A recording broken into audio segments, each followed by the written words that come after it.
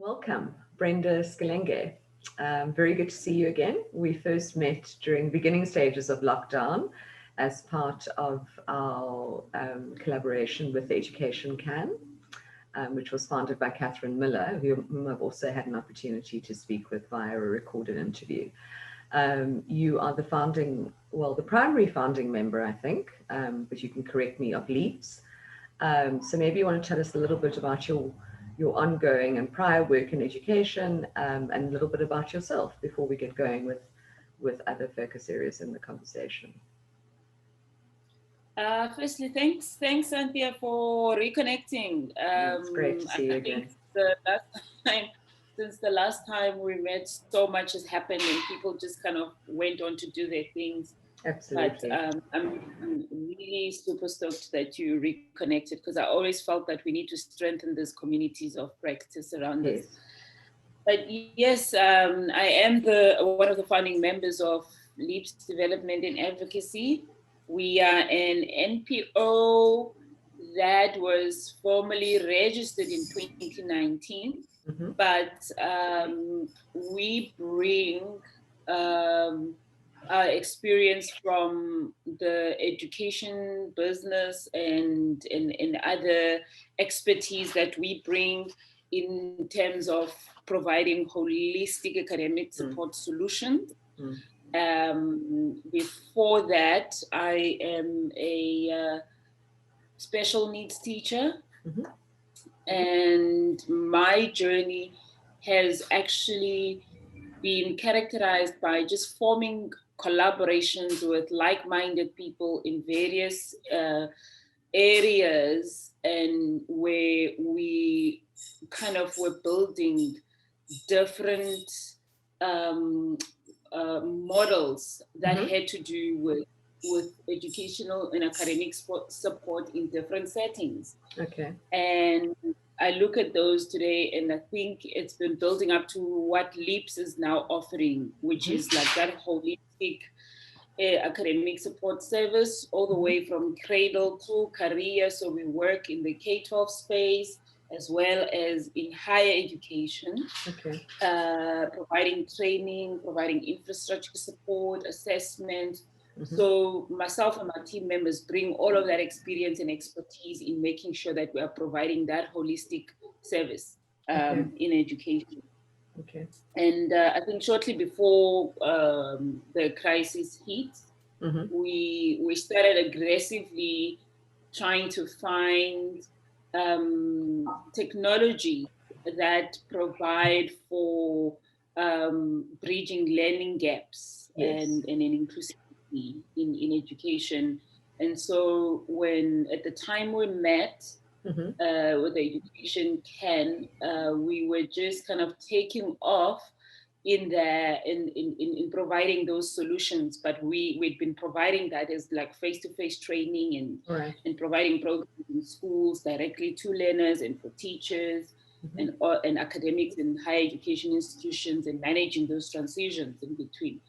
And when the crisis hit, we found ourselves just plunged into just training on digital skills and digital transformation for institutions. So that's kind of where we're at the moment. But we do intend using all of that in terms of going back to our initial mission. Okay. So when you speak about bridging learning gaps, what specific types of gaps have you been focused on bridging for the various stakeholder groups that you're working with? And then which of those were specifically highlighted? Obviously, the access to digital skills and resources we know was specifically highlighted during COVID, but which of the other gaps that you've been trying to address through your work in education on a long-term basis did you specifically notice? I think that the gaps have always been there, like you said. COVID just highlighted them and just widened them further. And the gaps that I speak about is, for example, in terms of digital and inclusive and use thereof, there's a huge divide. We've heard of a data divide that, some people do not have access to it and resources. So the shift to remote and hybrid learning in a country where the infrastructure is not up to scratch, and access to data and resources is still within a privileged few. So those kinds of gaps were highlighted during COVID, and we kind of sought to collaborate with other stakeholders that provide those kinds of solutions in collaborating with us in our interventions. But also at a skills level, I mean, we suddenly as parents, I'm lucky enough that I'm a teacher by profession, but parents themselves, it showed that there's always been a huge gap in our education system, that our parents are not really equipped to even assist their kids with basic things or homework tasks. Also, even with our teachers, even though they have been accustomed to teaching in an environment where they were teaching face-to-face, we're now plunged into the COVID chaos, where they were now all of a sudden required to teach remotely. They didn't know where to start. So that's another gap that's been there. But apart from that, even though our interventions before the chaos hit us, we're always focusing on also managing the transition gap that is there. For example, you find that in a 3-kilometer radius, in Khayelitsha, for example, you might find that there are 10 to 20 ECD centers. Yes. And then you find maybe a handful of primary schools, and then one high school, if any, within that. So which means, and then you find that the primary schools are complaining that the kids that are coming to us, they are not school. They're not equipped, And the high schools complaining that the kids that we get, the learning gaps that we're experiencing in high school, are things that should have been addressed during primary. And they get to university, and you find issues at that level where lecturers and academic staff are complaining about the students' inability to do certain things that they should have been able to do before they got to university. So one aspect of our work has been focusing on managing that transition, that we don't only just focus all our resources on assisting grade 12s past matric, but actually how are we bringing up kids and monitoring those developmental milestones to ensure that kids are developing at the pace that's expected, or that's consistent with their age and grade and all of those kinds of things. So we had programs that we were doing in that space, and starting those conversations where, if, for example, we were given an opportunity to work with a high school, we would find all the feeder schools around that high school and try and manage a process where we facilitate some kind of conversation between the teachers from the primary schools to the high schools to say, what should a child from your school be able to do when they get to high school, so that you are managing that transition. So it's one of the things that it's been quite difficult to do during lockdown, of course, because now it hasn't been actually managed very well to do, because everybody suddenly had to focus on what their plate is in front of them in terms of teaching. So real crisis management doesn't really allow one to go in and look at the kind of big picture issues. Yes. So it really didn't. We were really all operating in crisis mode. So we hope that the relationships and the collaborations and the learnings and the lessons that we gained through this crisis would propel us to now stop working on crisis mode or operating on crisis mode, but to actually find long-lasting solutions. Yeah, for sure.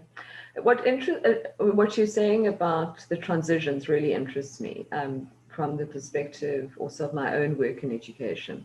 So I've done interventions at foundation phase, specifically focusing on literacy. So developing coaching, training programs for coaches who work in classrooms with teachers. And then obviously looking, very much at the outcomes that exist in schools, right? And why and how and with what specific areas of literacy development. Can you hear me now, Brenda? Yeah. Okay, cool. All right. It said you'd lost me for a bit. Okay, let me just close that.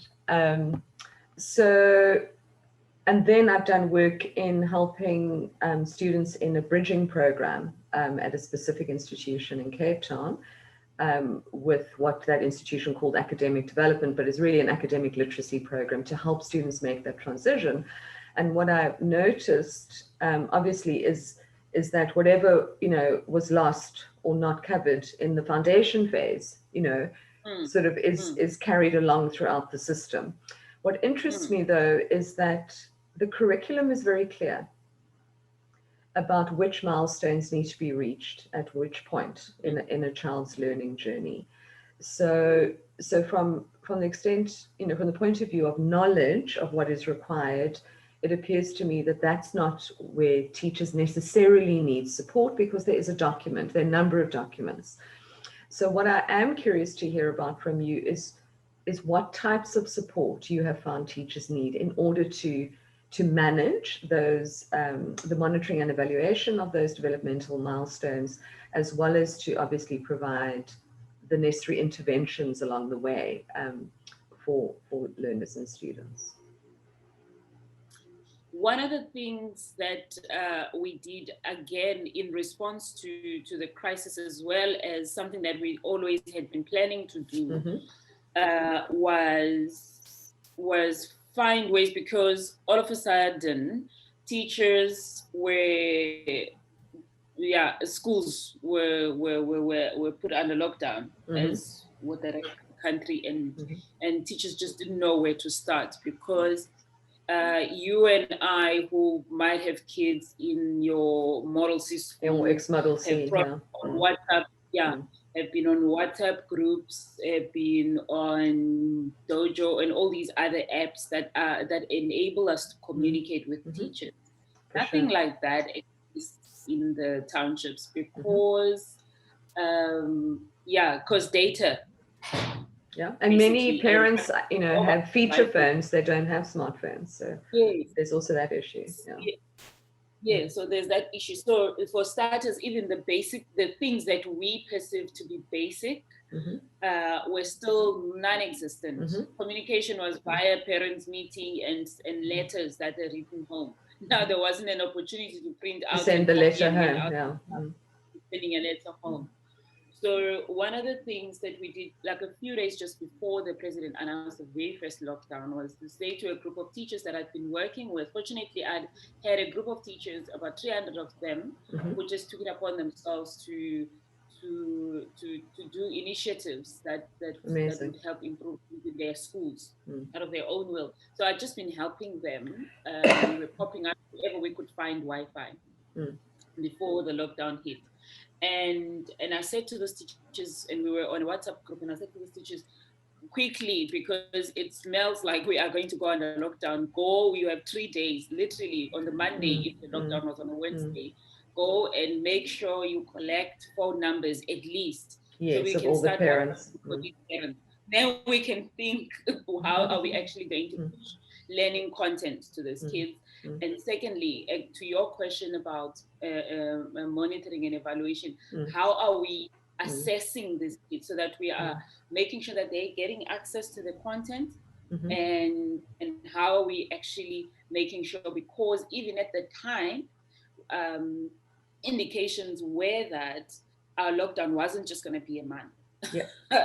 In fact, I did say this to a lot of education officials, that the lockdown, if the Northern Hemisphere situation is anything to go by, ours will last until September. So we are not just looking at closing schools in April and opening in May, but the year will be lost, which means that for kids who had already been struggling and without resources, now shifting to a new platform is going to pose its own challenges. And what are we going to do with these kids when they return in the fourth term? to school.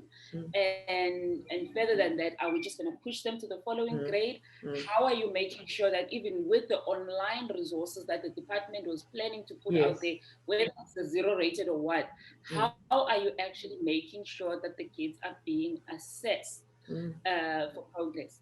And one of the things we did then was approached the local community TV station, Cape TV. And Cape TV gladly collaborated with us. We took some of the teachers and we did a pilot of how to first teach the teachers to teach remotely, because that was a challenge. Absolutely. We still had well, that's a new skill. Yeah. Yes, the concept of moving from the physical. I mean, we even coined the term of digitizing. Like, and we said, like, pretend in the foundation, and we focused on in the foundation phase teachers at that stage, because we were also training high school teachers and separately, but we were focusing on the foundation phase while really neglected. And the resources that were being put out there, the focus was on grade 12 and the higher grades. And there was nothing for the foundation phase. So we focused on the foundation phase, and we wanted to broadcast lessons through the medium of television, because that's one thing that each and every household actually has access to that, TV, access to a TV. And even that had its own challenges, because having a TV in your house does not mean that you're going to have access to listening to lessons, while your brother and everybody else and the adults who have more agency in terms of controlling that remote at home will allow you as a grade one into your phonics. And also, I mean, if you're watching it yourself as a grade one and it's an unmediated experience, I mean, normally when you're in the classroom, there's mediation, right? And we have very specific ways of engaging children, especially at that age, in order to assess their understanding and then, you know, assist them to develop deeper understanding. So yeah, it's very tricky, very tricky. Correct. And so, so what we did then was to make sure that we also trained the teachers to be able to deliver the content, so the kids were actually seeing familiar faces on television. Amazing. So, and making sure that those teachers, through those WhatsApp groups, were able to put those little bums in front of the TV at the correct times, because they were communicating directly with them, but also provide or create rather a feedback loop that would then enable the teachers to assess the learning. Because in a normal, by normal I mean face-to-face teaching environment, you're able to see if a child's not paying attention. Yes, absolutely. You're able to walk around the classroom and see who's hiding behind their book. But if you're teaching via a medium of TV, you don't know who's actually listening. Of course. And also, there's no way of assessing it. It's just, it becomes another passive activity where the kids are not actively involved. So how are you making sure? So we had to provide and research what kind of platform would work that would be low API or zero rated even, that would enable us to push content and compress content and make sure that those lessons also had the possibility of the teachers teaching asynchronously. So if you miss your lesson, you can still go on a particular channel and find the lessons that you missed, so that you're able to take the test and be able to be assessed on the work that was provided.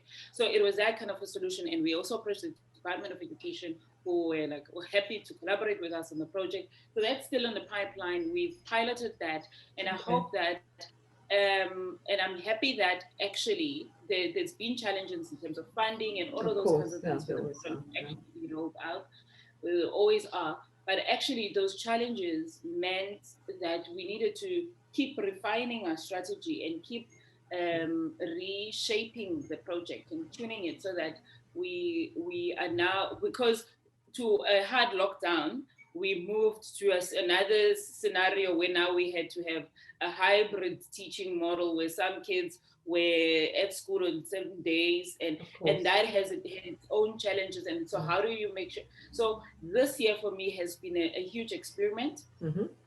And like, I'm happy that the issues and the challenges in terms of rollout kind of halted the project and the pilot, but it's still there. It enabled us to do even more research and active action research, in that you were putting something out and immediately getting feedback and then adapting and iterating it. It's actually an amazing opportunity in many ways that was offered. Yeah, so for me, it's been an interesting and exciting time to be part of that, to kind of create that model of resilience, as you put it, in terms of making sure that the parents are adequately involved, and are taking charge where they can, and teachers are also equipped and managing their tech literacy journeys, so such that the transformation to digital learning isn't so overwhelming and doesn't actually discourage them as well. So manage it with support, and also making sure that the learners themselves are adequately engaged, and maybe even look at the way that we are assessing currently, and how and what it is that we are actually assessing at school, and review that with a view to actually make sure that it's effective. Okay. I mean, obviously the curriculum stipulates the outcomes. We don't speak about it using that language anymore, but essentially, you know, we stipulate outcomes that are expected, and then the assessment program assesses whether or not those outcomes have been reached or to what extent, and then what further support children need. So I imagine that if there will be any change with regards to what is assessed and how it's assessed, that would have to happen at national level via some kind of curriculum change. But I'm not in touch, you know, with the people in the curriculum units. I don't know to what extent they're even looking at that based on their own sort of research during this time. What I am curious to hear about from you is, I mean, you foregrounded very usefully the issue of assessment during this period. So when you were pushing the content via TV channel and then sending some stuff, was it via WhatsApp that you were compressing information and sending it to homes, or what channel were you using to send? There were several, depending on what the kids had access to, right? One of them was like we would put them on Handbrake, which is an OER. I don't know if you've heard of Handbrake. I haven't. What is it? It's a video compressing application platform. Yeah, okay. Yeah, it's an application that you use to compress those videos, and then you can send them as links. One of the things that worked for us was our partnership with Microsoft, because we also looked at what already exists. Yeah. And all schools have Microsoft licenses. Yes. And had to, again, familiarize teachers with that platform and that environment, and parents and kids with that environment, to say, look, it's actually even cheaper than other platforms that have become more popular during this. It's much cheaper. It's cheaper than a WhatsApp call to actually have. So it's those kinds of facts that we had to constantly provide to people, so that they would get the necessary buy-in so that they could use cheaper platforms, and then combine it with the zero-rated solutions and content that the education department, because we didn't want to work and reinvent the wheel. Absolutely, and they've made a lot of content available, which is incredible. What they've done. They made a lot of content. It just was delivery. And even though at the beginning of the crisis, we all had every service provider saying, "Oh, we've zero rated," but actually the fine print wasn't to be. You know, so most of the time there were nasty surprises. For sure. Like, oh, we thought they said. Yeah, what I've discussed with other people, you know, what the input has been, well, the minute you're linking out, you know, the initial provider may, their site might be zero rated, but if you link out, then very often you still land up on a site that charges. What I'm curious about though is, so once you push the content via, and it's great that you're highlighting the importance of using the existing infrastructure that exists, or the infrastructure that exists within schools, which is Microsoft. And so it's also interesting that has been, it sounds like you're saying that has been underutilized, and that previously, but that now that teachers were needing to teach remotely, it's actually also provided an opportunity for teachers to really engage with that And so actually upskill in that way, which is actually an incredible outcome if you think about it. Yeah. But once you'd sent all the content out, how was it then assessed? And then what on the basis of the assessment results, how successful would you say the pilot had been in terms of, managing to give kids the knowledge and skills that you wanted to give them? Like most of the solution lied exactly in maximizing use of those Microsoft tools, like forms. Okay. Yeah. To send and tests. Teams, did you use Teams? Because everyone was on Zoom, but actually Teams exists. So. Teams is more it's cheaper. Zoom is like you pay about 3 gigs an hour for high definition video calls, and a Teams call is just like 270 or 280 megabytes compared to a WhatsApp call, a WhatsApp video call. So Teams call is still cheaper.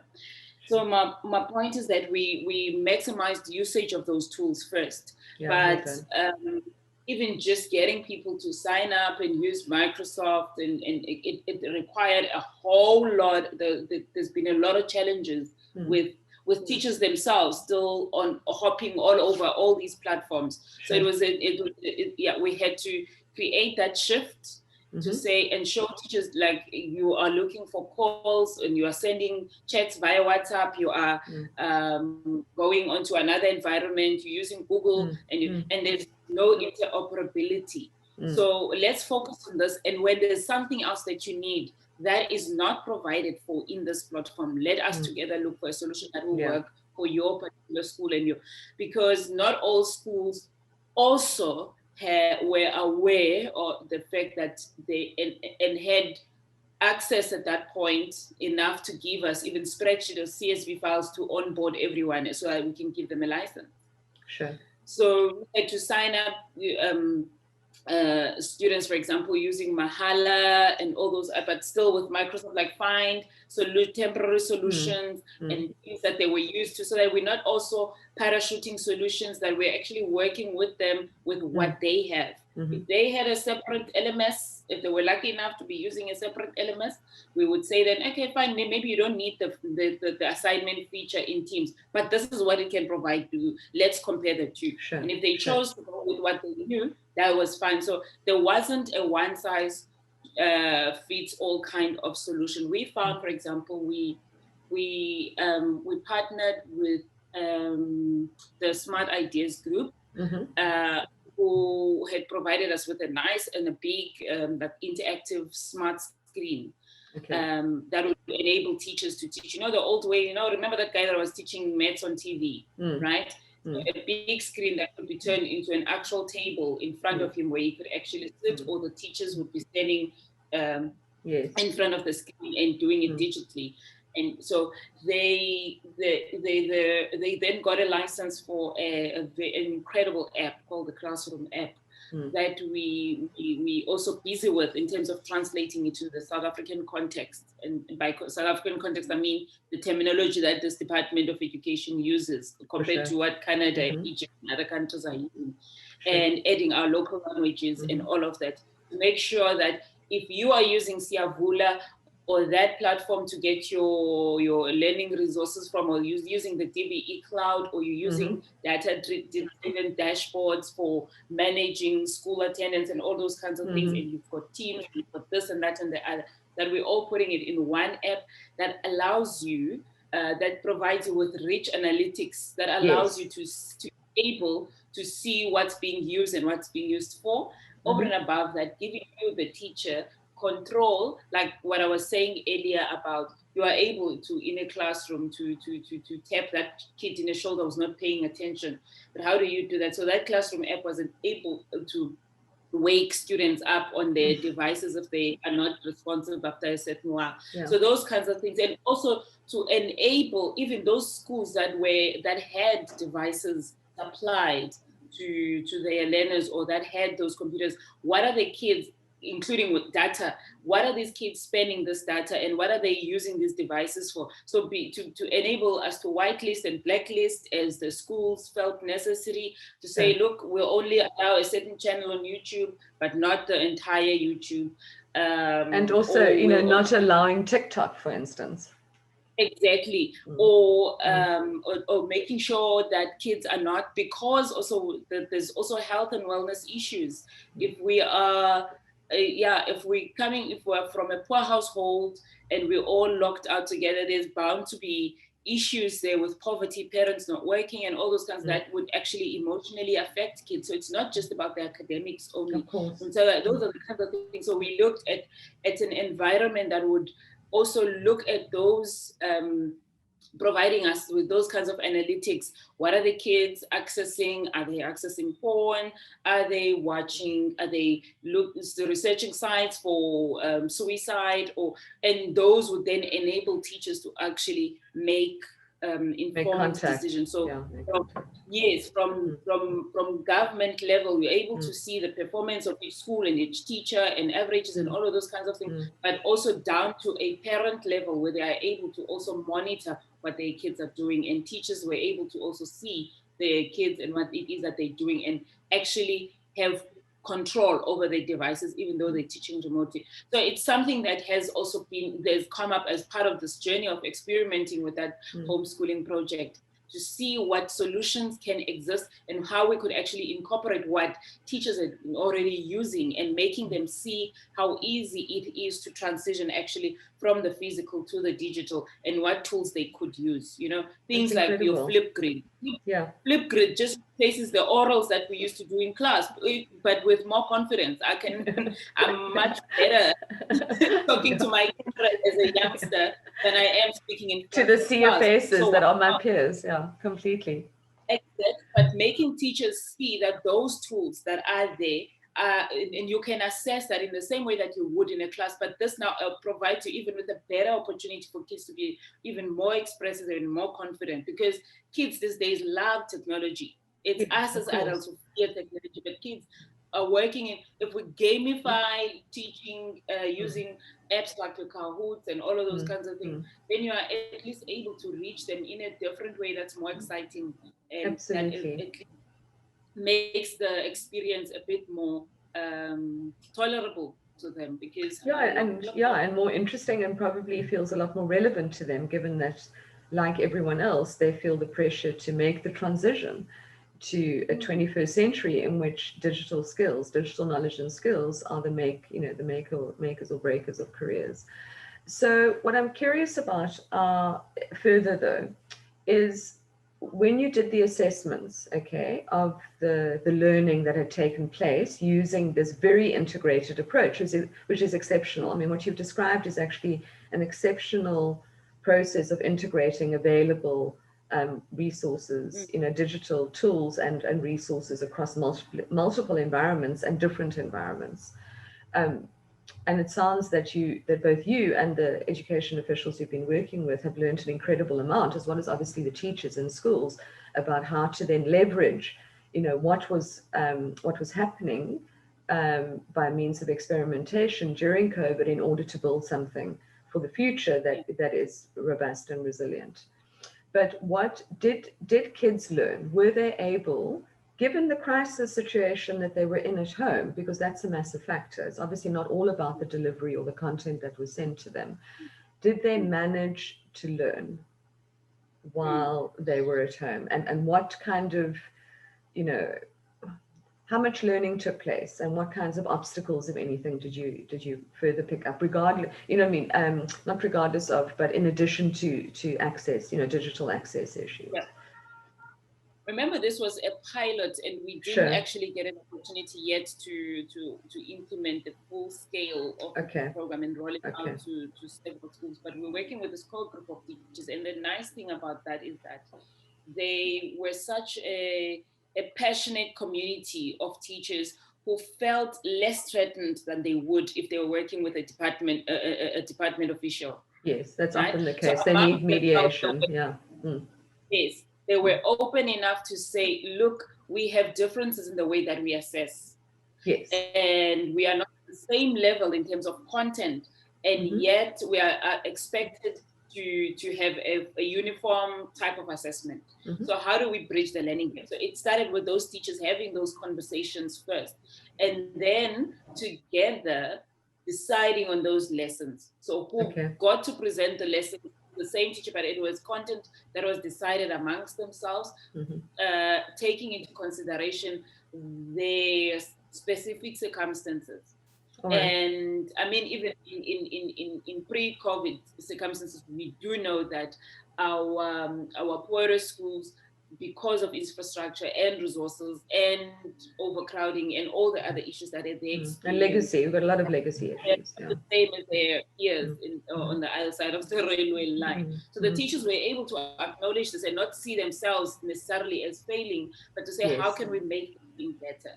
So from that, they were able then to decide on the lessons and design assessments themselves.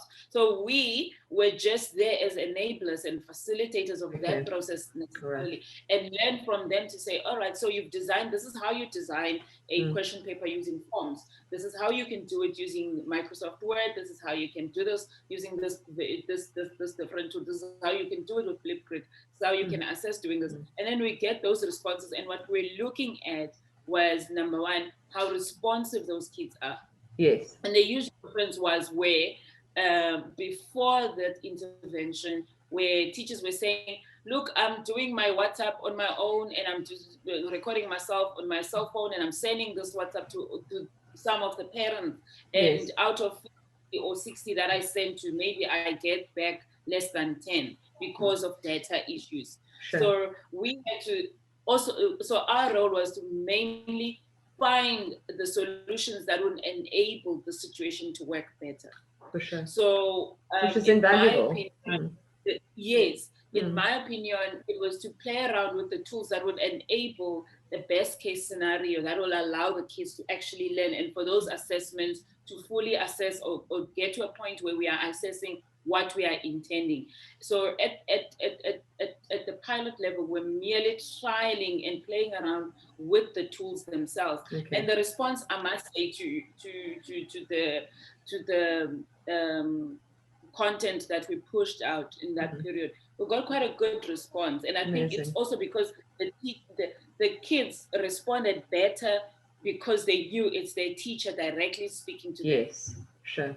It wasn't a program that was put on television or that was put on the cloud somewhere for them to just do asynchronously. But there were moments of teaching, and they knew that their teacher is actually monitoring them actively on a daily basis during lockdown. And so available, and possibly, I don't know if another factor was that the teacher was available, maybe to provide further assistance, right? Whereas if you are engaging with someone who is not your teacher and there's no opportunity to ask a question, even remotely, that changes the situation quite dramatically. Yeah, and I think the disconnect for me with the way that it was done nationally is that teachers were sort of were plunged into the situation and were expected to swim seamlessly without being given the necessary support that they need themselves to enable that, to be available, to be able to navigate that space of now working online and teaching remotely. And understanding, which tools exist and then how to use those tools and integrate it into a lesson plan that still needs to follow, or apply sound teaching and learning theory, right? Because even though we're using, different devices or mediums of communication, we're always aiming for that. It sounds like the pilot was exceptionally successful. It was. It really sounds like it was an exceptionally successful thing that you did there. Well done. And thank you, because that's definitely been needed. We know that that's been needed. And there've been various attempts, in various contexts to actually onboard teachers, onboard parents, see how we can better upskill learners as well with their own use of digital resources in poorer communities. So obviously, you go. No. I was just going to say the process did provide us with the kind of insight. It's a work in progress. Of I don't course. think the work is finished. Mm. It's a work in progress, and we learn every day. And I mean, Yeah. even myself, I got into that stage where I had to substitute for a teacher who had comorbidities and couldn't teach. Sure. So I went into like a fairly well-resourced school for 2 months during lockdown, and Sure. I was teaching online and during the transition where some kids could come to school and do that whole alternate thing. I found it difficult. Of So it course. was an opportunity even for us that say, oh, we're facilitating. It's nice to train people on these things, but until you've actually walked the walk, do you actually understand the challenges? It's always So it a was challenging different for me. I experience. Yeah. was exhausted. I was exhausted, thoroughly exhausted, teaching online. And while I would go into a classroom and teach half of the class face to face, and some I still need to make sure that I'm facing this computer and then and still paying attention. And it's something that I was not used to, even though I had spoken so much about it long before lockdown. We were talking about flipping the classroom. We were talking about doing all these fancy things with technology. But when I had to do it, it was difficult for me. So I could understand what the teachers were also plunged into. And that's why I thought our role was to really, really go get our hands dirty in terms of actually supporting the teachers and providing them with the teaching tools that they need, as well as assist their learners. No, absolutely. I mean, if one hasn't done it, there are always issues that one's not going to pick up. Similarly, I mean, so in a way, the perfectly blended team is, someone who's done the work and someone who has the theory and, and has done the work in a different context, but, has sufficient detachment, right? So we can all spot issues that are otherwise not visible to us based on our prior exposure and the context from which we come or what we're currently in. So obviously, across multiple contexts, access to digital has become, even more sort of more highlighted than it was before COVID. It sounds like the kinds of work, projects that you've been involved in have made huge progress in that regard. But I've also spoken to other people who haven't had the privilege or the opportunity to work, teachers who haven't had the opportunity to work with a program like yours. So what do you see in terms of rolling out, from a long-term point of view, programs that would assist teachers and learners and parents to bridge what we call the digital divide? What do you think is needed? In our situation, for example, we jumped in when Vodacom announced those edgy bundles. We jumped in at that opportunity and we used that, and we got Vodacom distributing SIM cards, and we were ordering lines from them and all of those kinds of things to enable at least access. So I think those collaborations and the fact that for once we also moved out of our comfort zones and actually actively look for collaborations, because one of the things that I were great about COVID was that we made connections with people we never thought we would. And for once in our country and even globally, people were just trusting each other enough to work together and to share resources, to share. So it was an amazing time, as much as it was a hard time, but it was an amazing time for that kind of thing. And I think those are the kinds of things that are needed for the future, to strengthen those collaborations so that we don't relax because now we are on level 1 or possibly out of lockdown or whatever, that we relax and we become complacent. But it's actually now's the time to look for more opportunities of continuing those collaborations and attracting funding and investment opportunities to those initiatives like ours that look to solve this for the long term, and not just as a because most solutions were just like COVID crisis. Well, it's like a plaster that a lot of people were just putting the plaster. So there's an opportunity to look for solutions and to actually work together to find those solutions and yeah, and not reinvent the wheel, so to speak, but to strengthen those collaborations. And I think more importantly, I'm very passionate about making sure that our solutions are community based, and that Yes. we're not necessarily thinking that we know all, that come into communities and we come with solutions, but actually use what's there and just maximize it. Yeah, and I mean, as you know, communities have different. I mean, there are obviously always some universal needs, but then specific communities, even if the needs are universal, there are always local nuances, right? That one needs to take into consideration, and more or less resources in a specific community, different types of resources, both human resources and other types of resources.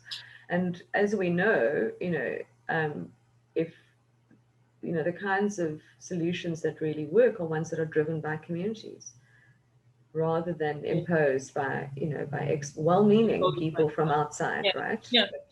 But actually driven by the community themselves, who actually know their needs pretty well, right? And also know whom within the community. I mean, so collaboration, what's been interesting for me in my broader local community is watching the strengthening of collaboration across the community during COVID. So that, I mean, that kind of opportunity for collaboration, I think, has those been cans. key. The cans have been amazing, but beyond the cans, they're also within this broader community. There are also a number of very established groups who weren't necessarily focused on charity work, for instance, but who could leverage their resources and sought to collaborate with others. And I've been speaking to people at a community level, also doing this kind of conversation, just about what has grown as a result of collaboration that's happened during COVID. I mean, it's actually very, very uplifting. So when we're speaking about long term, the thing that I got from you now, so I'd just like to clarify my thinking, make sure I'm understanding you, is that access to data is obviously key, right?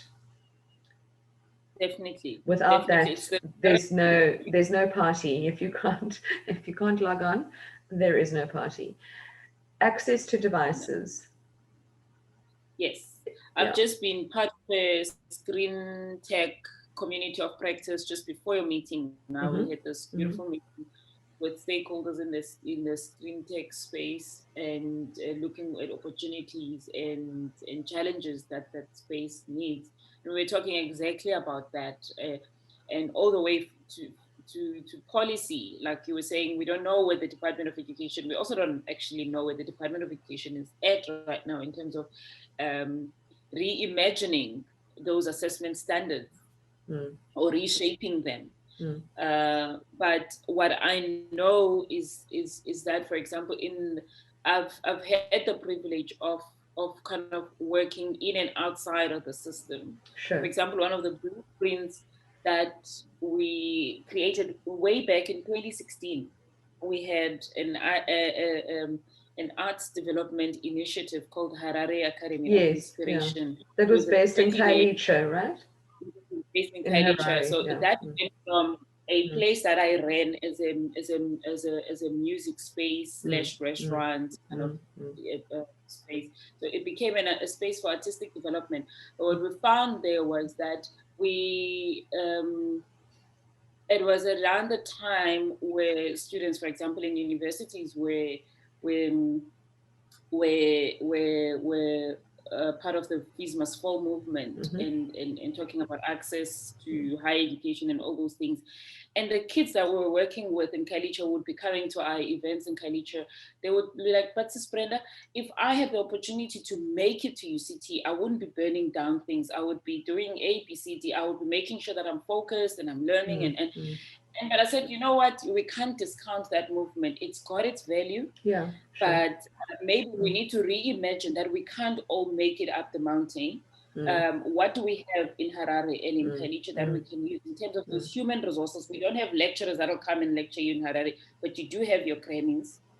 We do have our cultural practices that allow us to learn from each other. We have a community how can we bring that community together? And you have skilled artists who are already, practicing their and then art. have So, skilled artists that collaborate with the community to bring together teaching in a different way. And those kids who were that artistically inclined went on to do wonderful things. So that's one of the blueprints that, when I was saying earlier that LEAPS development has been formed in 2019, but it brings those blueprints and say, how do you actually support out of school youth from underserved underserved communities sort of miss their chance to go to university, or who haven't even graduated high school. So how do you support them and make sure that you still, because we did digital skills there, even we did creative writing on the 2nd of January when everybody else was at the beach. We had a creative writing class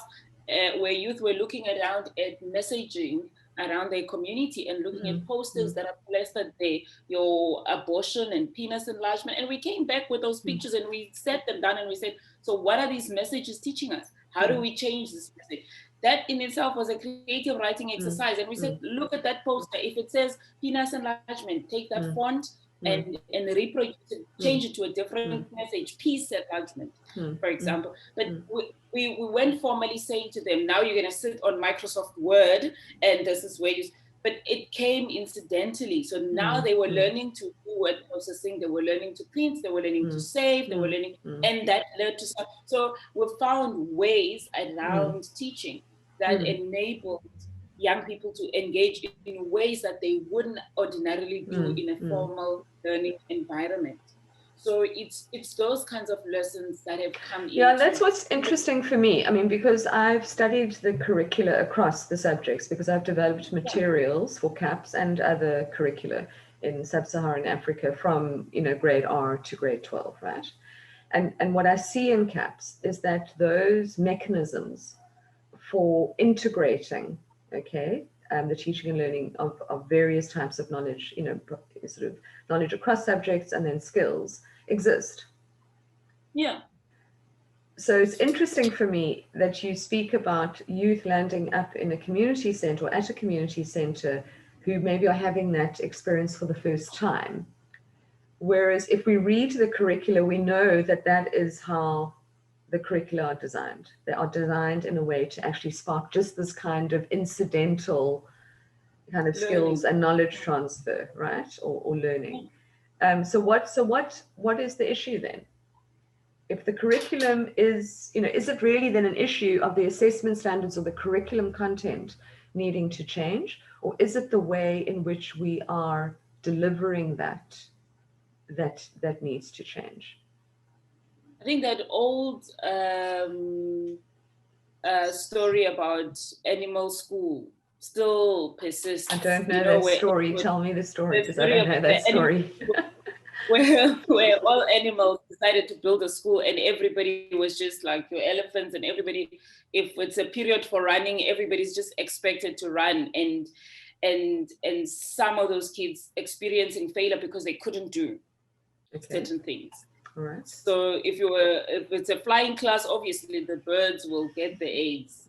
Yeah, of course. But the poor elephant will keep experiencing failure because they can't do any of those things that are in the syllabus. So I think it's that system hasn't really shifted from that. It's an animal school. Everybody is put in this environment where you must sink or swim. And kids except there are certain basics that we have to cover in order to equip ourselves. I mean, the literacies and the the numeracy and the literacy, we have to do it, and then we have to look at ways. Yeah, I agree, but it's in the foundations and the way that it is taught to make space or to take into consideration for the different learning styles. Right? Because we don't all learn the same way. And that's the point here. And that is why in those blueprints that we're creating, we were finding, what is this child's strengths? Oh, this one looks artistically inclined. Let's use art to teach that very same principle of literacy and numeracy, but in a different way. When those artists, for example, if I'm sticking with that project, when we're watching that, those artists were now put in a situation where they actually had to do a real life project, right? There's a building in Kailicha that was being put up that cost millions. So obviously investors will look up after their investment. They don't want graffiti and artists just playing around with their building, right? So they wanted something authentic. So how do you give a chance to a child who hasn't been to art school? Yep, absolutely. How do you give a chance, and how do you prepare them to write a proposal? Yes, that's a skill. That how is do a you skill. prepare them to budget for this? That's functional mathematics. How do you make sure that they're sticking to timelines? How do you make sure they're project managing? How are they collaborating with other people? Because if you're going to be digging up to put a sculpture in front of this building, there's engineering involved in there to make sure that it doesn't fall off. So, and how do you measure? So all of that, those skills are not really taught in our schools. Even if they, what are you saying this, that even if they exist in the curricula, okay? Yes. Many of those skills are not actually being taught. So then that begs a question for me of, then what is being taught? If segments of the curricula are not being taught, then which segments are being left out, and then why are they being left out? And it's a genuine question, because I haven't worked in high schools and secondary schools. I've worked in primary schools, and I've worked, in the transition space, taking students, in first year and helping them to make the transition to higher ed. And I see the gaps, obviously, in some of the students, not all, but some students arrive with some gaps. So what's happening in high schools that you're seeing? My take is that the curriculum, the very same outcomes, if I may put it that way, that we want to see at a certain level of their developmental milestones could still be reached in other unconventional ways that speak to those individuals. And I know that our schools are not set up that way. You have one classroom, you have 30 or more children, 50. Often more. In certain provinces, in the Western Cape, we are still privileged. In certain provinces, I've been in classrooms where there are 90 children. Yes. And also, even if I've been to a school that had less kids, and the entire school that had 62 children, but they had 3 classrooms, which means they were taught, it was multiple grades in one classroom, because they they didn't qualify for more teachers. So you have the other end of the spectrum, where there's few of them, but they have one teacher that's meant to teach the entire foundation phase, because it's 10 learners. No, it's very but complex. It's different.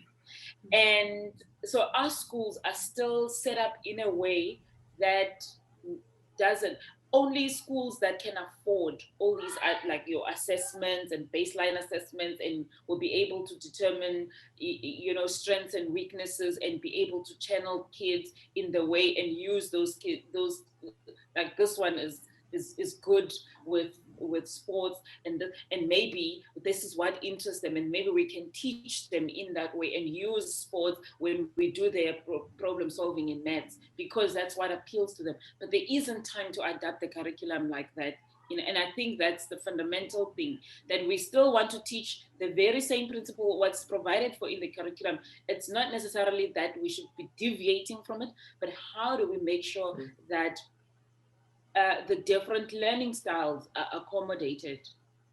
But what we've seen is that schools have, recently we've seen a lot of inclusive education, right? And I'm putting it in, but previously the idea was that, all right, you're not coping in a mainstream school, let's send you to a school of, or a special needs school, a special needs school, or this, and then we were segregating kids accordingly. And then we saw also a development of focus schools, like maths focus schools and science focus schools and arts focus schools and all of that. But if you went to that arts focus schools in Kailicha, you see no relationship between the curriculum and the arts. They might have a beautiful choir because we are an art and focus school, and the teachers then after school practice choir and they get these kids to sing beautifully. But there's a disconnect between what they are learning in class and what they are purported to be strong in, to be part of that school. I don't know if that makes sense. So I probably need more context and you know and detail to completely understand. But there are two things that are being highlighted for me. So, and I want to just check with you if I'm hearing you correctly. One, you've spoken a lot about learning styles. However, I also know that learning styles theory has been debunked by some people as invalid, right? Yeah. So that's a contested concept. The whole theory of the fact that we learn in different ways because we have different learning styles is very contested. And I'd be very interested because people are so divided on this issue, really, in education, to have a further and separate conversation with you about that. So maybe we can, because I think that would be very interesting for many teachers as well, who are grappling with that issue of, is this a learning style difference that I'm seeing, or is it something else, right? And then how do teachers actually diagnose? Because teachers are also being asked to do some kind of diagnostic. We may not call it that, but there's some kind of diagnosis of a problem, right? That's being asked of teachers. And then the other issue you seem to be highlighting, and one that seems to be confirmed, at least with, from the readings that I've done and the people that I've spoken with and the work I've done in schools, is that what is in the curriculum and what actually happens, that there's a massive gap. And a lot of it seems to be the result of inadequate resourcing. So for instance, I sent my children to the privileged ex-Model C school in a leafy southern suburb, right? They were also taught using CAPS. Yes. But the outcomes for that school, or that for many, many, many years, no matric learner has failed. Yes. And they've had a 97 or, upper 90th sort of percentage bachelor pass, university passes, right? So there are these massive gaps, even though we're all using the same curriculum, how it's being delivered on the basis of access to knowledge inputs, because, if you have teachers who haven't had the same kind of, continuous professional development opportunities, that also is a game changer, right? As well as obviously the very big issue of the fact that teachers are working in overcrowded classrooms with minimal resources, obviously, in their school. But also, and I think this is a key issue, that is the learner who is coming from an environment that is highly under-resourced. And what I've seen, especially in my work in foundation phase classrooms across provinces and in schools, is not only the impact on the ability of a child to learn because of severe malnutrition, all right, that has followed this child throughout his or her life, but also the obvious impact on teaching and learning time and the experience of teachers having to run feeding schemes. Yeah. So in a privileged school, well, there's break time and you go and have your sandwich, right? Yeah, with your cashew nuts and biltong. Yes, and your very high protein, high fat, diet. Whereas if many kids will arrive at school having not eaten over the weekend because they're from very impoverished households and can't concentrate. And then the diet that they're obviously fed is a high carb diet because that's, the affordable diet. Am I correct? So the impact of nutrition, not only obviously on the brain of the child in the first 1,000 days, as we know, in other parts, of our physiology, but then also, on an ongoing and long-term basis on capacity to learn, and for teachers to, in their professional work, to be able to focus on being teachers. Because I used to see this, teachers would say to me, I'm a nurse, I'm a doctor, I'm a social worker, there are these kinds of issues. I mean, you're helping me now with the literacy, thanks for that. But what do I do about the trauma that this child is arriving with? or these 7 children are arriving with, or the hunger, or the fact that I need to spend at least, I would say on average, half an hour of my day, but disrupted lessons in order to feed children.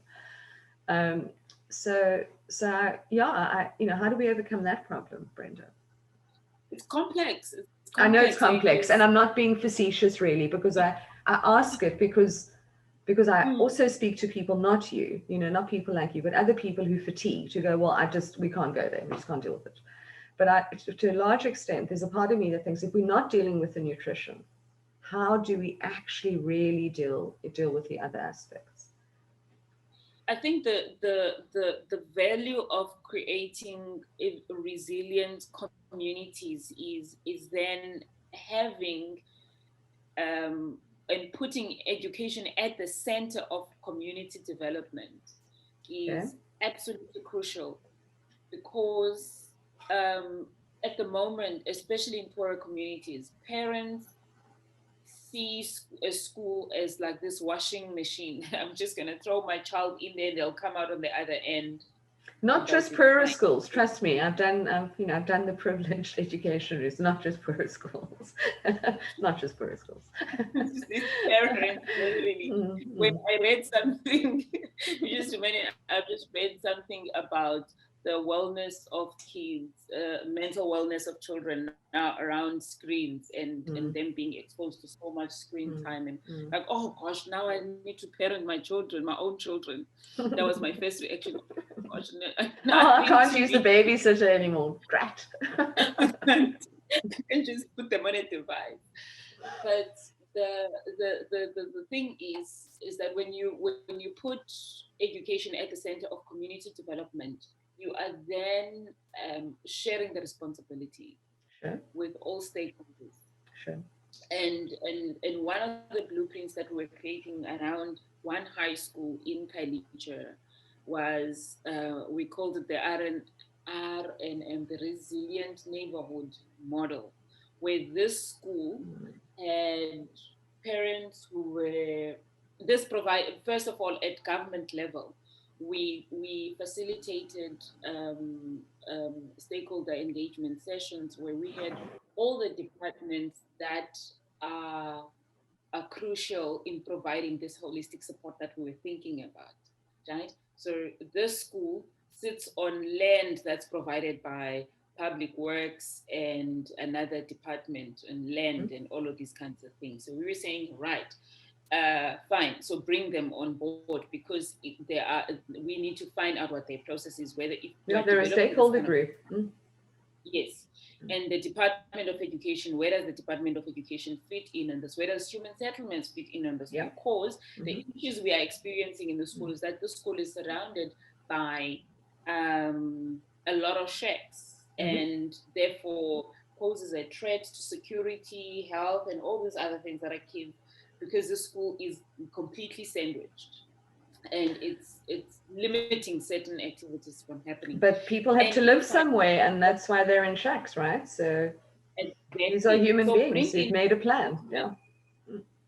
But bring in those, because those parents, some of their children attend the school. So how they can maybe and go without saying, let's move everybody out because now we want the school to be a perfect learning environment. How do we involve human settlements with the community to see who is going to be removed to elsewhere, who's been allocated, who's got subsidy, who's got this, and can we build here like a low-cost housing that will enable those parents that live around the school to also be the eyes and ears of the school, to provide a certain thing that could also give back to the school. And those underused fields, I mean, our schools have massive fields because the ratio is, what was it, 10 square meter per child, right?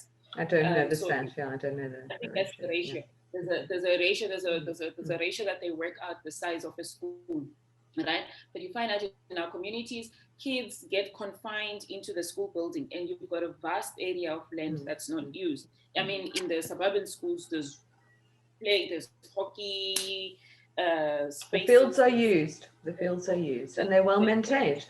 They're well maintained. Well used and well maintained, but in our schools they're not. So how do we create? What do we build? How do we if we were to build or propose a building of a structure, who do we have to? Because that's why human settlements Human and public settlements, work yeah. and land and Mm. all of those people that the Department of Education actually gets a lease from to secure, because the Department of Education often doesn't own that land. So involving that small community and having those mamas who come in with trolleys at break time full of chips and and all of those, how do we involve them and make sure they have sheltered spaces to sell and work amongst each other to provide a set menu?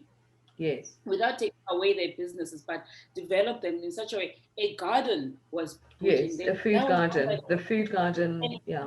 Mm. that food garden needed to Mm. also involve Mm. learners of that Mm. school who Yes. are that way Mm. inclined.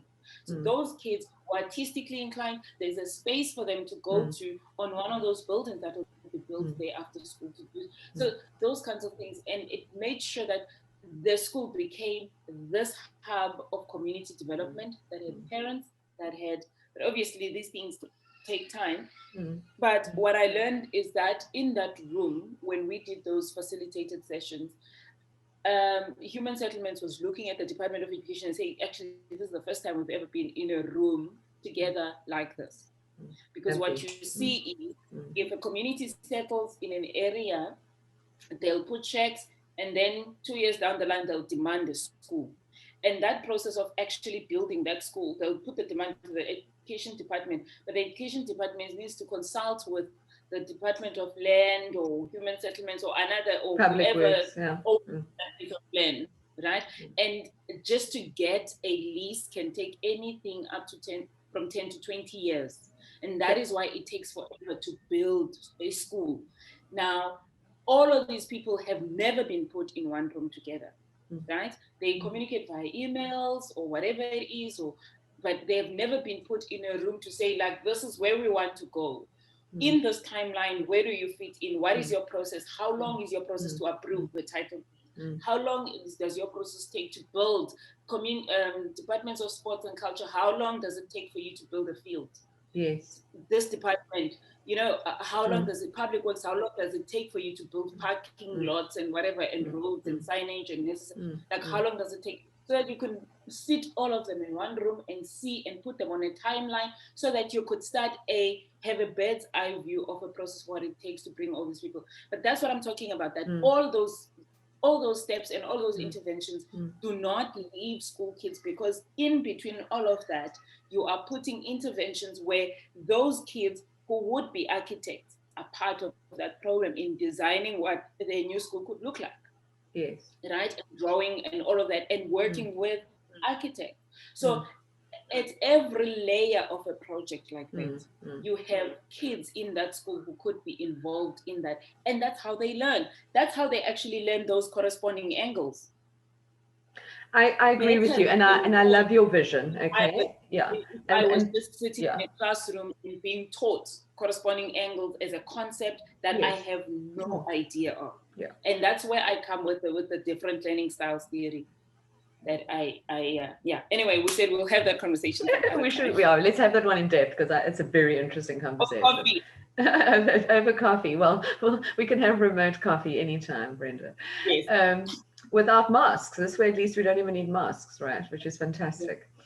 So yes, I agree with you that contextual learning that is attached to a real life project. So not a hypothetical real life project, because we know the maths books include those scenarios, right? I mean, they're well written and people have thought through them very carefully, but unless you're actually getting to apply it in a real life scenario, it's always going to be less engaging, perhaps, unless your interest in your subject is highly theoretical, and there are children who are very theoretically inclined, and for whom, the thought experiment is where the much of the joy resides.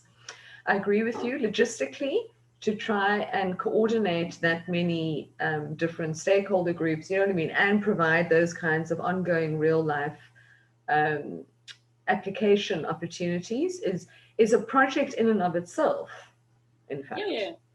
And so, I mean, there's definitely a gap in the system for and I don't know which NPOs or because I'm not sure that the department has capacity to focus on this, given all the other things they needed to focus on. But if somebody, could get it, could get to curating these kinds of opportunities, and by looking at what existing projects are happening within a community, and then using those, helping teachers to see how they can use those, I think that would be an amazing resource. And so, for whomever listens to this, well, there's a gap in the market, go for it. And you'd be, it's a lot of work. It's a lot of work, and you really need to know what you're doing. So make sure that, that you understand the teaching and learning theory, as well as, the environments that you'd be trying to apply this to. What keeps coming up as well in what you're speaking about, and we've touched on this before we started recording, is, two key factors: collaboration and resilience. Yeah. And it sounds to me that all the wins that you have been seeing in over the long term of your work in education, but also specifically during COVID, have been ones in which those two factors were present in the individuals: a commitment to building resilience and capacity for collaboration, commitment to collaboration, but also capacity for collaboration. So I'm keen to understand two further things from you. How do you define resilience, number one? And what kind of attributes do you see in people who are committed to and capable of collaborating? Because we use these words, right, all the time. Yes. And I know, that you have specific meanings, okay? So I'm very keen for you to define that clearly for anyone who listens to this. Otherwise, inevitably, we apply our own meanings to the words, the concepts that we use or hear.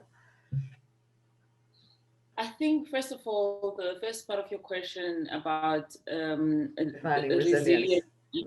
Yes, is for me, it's creating I'm going to use the community-based approach again.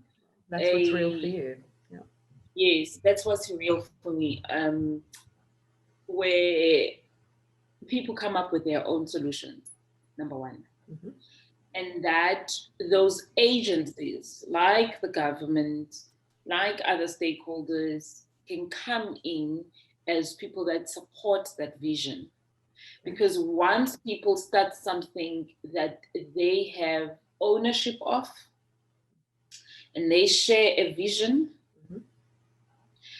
with all the necessary support, so they themselves, more often than not, when we bring solutions that we think will create resilience, it's born out of our need to help, and often we cause more harm than good. Harmage is a good word. We've just coined it. Harmage is a good word. I'm going to use it. Yeah. Because more damage than good. And but if people are enabled and engaged and empowered to take the ideas or the common vision that they have towards where they want to be, and are supported financially, infrastructure-wise, skills, development, and all of those things happening, you have better chances of sustaining that resilience. Yes. Right? And but people just sitting back and receiving things. Yeah. For example, I can make an example with the community of Victoria Mqenge, of women who built their own houses. Yes. Themselves. Yes. That was actually started by, they worked initially with a project that used to be called People's Dialogue on Land and Shelter. Yes. So that was, which is now many years ago. Yeah.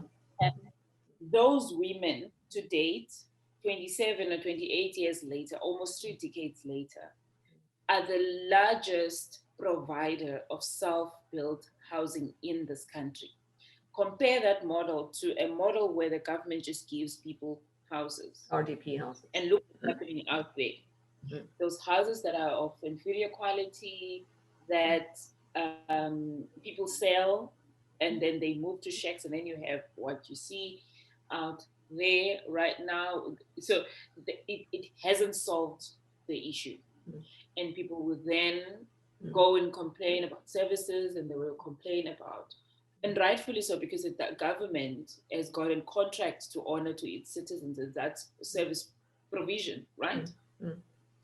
But in a community where people have created the infrastructure themselves, they are and designed how the layout of the community. Yeah, they are more likely to preserve. You and I are sitting in houses where chances are we don't know where the plumbing goes. So if a pipe bursts in your house, you're going to go and find a plumber. Those women will know the pipes and where they are running in their houses. 2 years ago, we were establishing a community learning center there. And I got a call, Brenda, the learning center has been broken into, and it's criminals that were wanting the copper and the electricity wiring and all that. And when I called, it took like an hour for them to say to me again, you know what, we found our copper. We found the boys who had broken in there. We found our copper. And when they were denying that it's ours, we could go to the serial numbers and say, this is ours, so you can't lie to us. And these are women. That's how you create resilience. When people are empowered and enabled to put their own solutions and are driven and are supported, they couldn't have done it. They couldn't have been the largest provider of self-built housing today if the government didn't come in to top up their savings. So there's still a place for all these other agencies and other organizations and them going across the world to learn about saving scheme models, housing issues in India. In Milan. Exactly, all over. So there wouldn't have been, so there was a space for learning for them, and they did that. Okay, so Brenda, so back to collaboration. If you can just speak a little bit more about the kinds of attributes that you see in people who have capacity to collaborate and to do it well. What do you notice? I noticed that maybe I'll speak from my own personal experience, that I like the transversal approach where you actually get to work with people that you wouldn't ordinarily work with. Like when we were curating the artworks, I never thought I'd be working with engineers and structural engineers in a project that people didn't see that it had any value or anything that had education in it. But for me, it was educational. And when I was talking to electrical engineers and all these people, so to where in that facilitated session that I was talking about, where you have different departments and understanding their processes and policies, it doesn't mean I'm going to go and be a specialist at the human resources department, but at least it made me understand their processes and be able to collaborate with them better to find the gaps. So for me, a transversal approach to collaboration is key. Is key. And also collaborations, and it's not always like all rosy and all honeymoony, feel good. It's difficult. It's difficult to find. Human relationships are challenging. Humaning is challenging. It's exceptionally challenging. It's always a learning curve. One never stops learning when one's humaning. It's one of the things that I think I laughed about. I'm not complaining about with COVID. Like, I humaned less. I mean, I humaned in this way digitally. Yes. But you at least had some physical distance. But yeah, so humaning on its own, it's quite difficult and complex. But I do think that even that, it has its own value. I've collaborated and fallen out with a lot of people in my life for different reasons and various reasons. And each of those interactions has taught me something about people and about myself. Absolutely. And so I don't think we all come into this with the hope that it's all going to be rosy, but but I think to get you out of your comfort zone, you gotta try and stretch yourself and learn things that you wouldn't ordinarily learn from other people. And you'd only do that if you actually collaborate with those people and understand their processes, because it actually sharpens your own understanding of what you're doing. So I'll come back and reflect on what it actually means for education. When I'm talking to someone at Vodacom or Microsoft or delving into, and what does that actually mean for education in my practice? And it's through that we learn. For example, one of the kids that I support, I don't know if you've ever heard of Ayaka Meliteva, she's a climate change activist. That child throws me in the deepest of ends. Not particularly personally interested in climate change or anything, but that child has changed my worldview about climate change. Now I speak about climate change with conviction. Because the child that's interested, and that's just plunged me into that space, and is challenging enough to be petitioning global leaders alongside your Greta Thunbergs. And it's inspiring. Just very inspiring. And we're working with filmmakers to produce a documentary. Now that's plunged me into the filmmaking space that I had no idea of, right? But I am there to understand what it actually means for educating, and how certain kids like Ayaka learn better when they are talking about content that interests them, or topic that from their lived experiences interests them. So it is those kinds of things. If I went collaborating with those filmmakers in that space, I wouldn't know anything about filmmaking and how to go about finding development funding and all of these kinds of things. I wouldn't have had knowledge to work with a broadcaster to understand what it means to actually now film teachers and get them to present behind a camera and all those kinds of things. And then how to compress that and deliver it via... how to compress that digitally, and so all of these things I think are connected, but we tend to compartmentalize the way that we do things. I'm an educationalist, or whatever that means. So I'm just going to focus on curriculum matters and all of those kinds of things, and close everything else, because I don't want to be seen to be doing a lot of things. It doesn't have to make sense to people, but that collaboration for me personally meant that I'm throwing myself in a space where I wouldn't ordinarily be mixing with people. It's like preaching to the convert. If I'm just going to be speaking to teachers all the time and discussing issues around classrooms. Well, the confirmation bias, right, that we all have is never challenged. It's never challenged. We are never challenged. We're never challenged. And we don't get to see the holistic picture. We only have this like kind of myopic view of the world. So I do think that transversal approach to it has helped me, and I suppose I could attribute it to the kind of personality also that I have. That I think personality is a factor. Yeah. Personality is a factor. So, but what I'm trying to highlight about that, not necessarily about me, that we just need to be aware of how people are doing things, and how these are the different spaces and stakeholders that affect our practices in our little corners, our little bubbles. Yeah, and I think the key that's come out from what you've been saying, I mean a lot, which and resonates. But one of the key things is the willingness to and capacity to learn from others and about oneself. Yeah. And I think if we all make mistakes, and we all into when we're humaning, we all rub up against somebody rubs up against us in the wrong way at some point in our lives. So it's never going to be a smooth process. But I think if we, and this is my, the word I carry around in my head is, so how humbly am I actually, approaching this interaction, right? Regardless of what the interaction is with. Either if I'm developing some content, am I approaching this development process with a humble learning orientation, as well as this relationship, or whatever the case may be.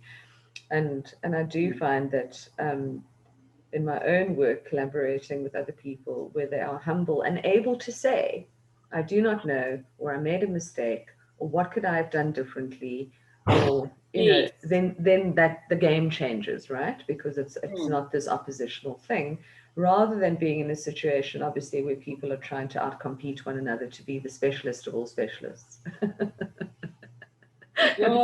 Which doesn't help anyone. It really does. Very, even with NGOs. I mean, NGOs are meant to be non-profit making entities. They're humans.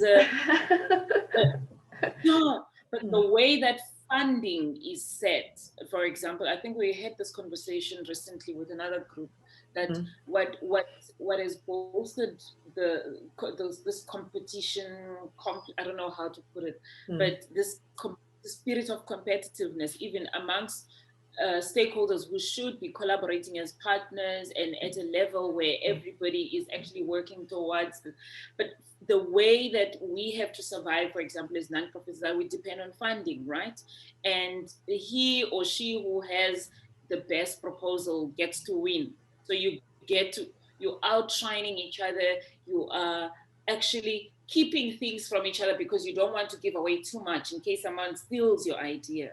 Completely. All those kinds of things. So money in the middle of this whole thing makes collaboration very, very difficult and impractical. I don't know how it's another conversation, I suppose. That should be a very interesting conversation as well. To speak to various players in the education NPO nonprofit space, and to speak about how one collaborates in order to access funding. Yes, instead of competing for funding. But actually, how does one collaborate in order to access funding? And then, how does one, also then in the same way collaborate in order to fine tune the existing models that sit, within the different nonprofits, right? Because everyone's got a valuable piece, or they wouldn't be in existence. So how then does one work, as you say, transversally across the different kinds of NPOs in order to collaborate, to refine the models and then pitch for the funding? I mean, you'd all be stronger than working, we always are, than working on one's own. But it's a very interesting culture. And it's not just a South African culture. I mean, it's a global thing, right? We see it across contexts where we tend to withdraw and hold on to our things because we're in the defensive position, essentially, competing for limited resources. So that's another conversation I'd love to have with you. Now, we've got at least 2 more conversations we have to have. And I know there are probably at least 10 more that I could have with you. And although we said we were going to speak, I thought, we'll do like 45 minutes. Well, I think it's almost an hour and a half. So I think this is also a very good point to end the conversation, because no doubt you have things to do. And I very, very much appreciate you sharing your insights and your experiences so openly. It's invaluable. Thank you. It's invaluable. And I know that whomever listens to this will truly gain from what you have shared. So thank you very much. Yes, let's have more conversation. We haven't even spoken about the failures yet. Yeah, let's get there. I'm going to send you, you send me a list of topics you want to speak about, and I'll send you a list, and then we can pick a new date. All right. But truly, thank you very, very much for your time and for your open and very knowledgeable sharing. I've learned a lot in the process, and I'm sure whomever else listens to or watches this will do so as well. So thanks again. It's been an absolute pleasure. Thank you. All right. Okay. I'll be in touch. Great. Have a lovely evening. Same to you. All right. Bye now. Bye-bye.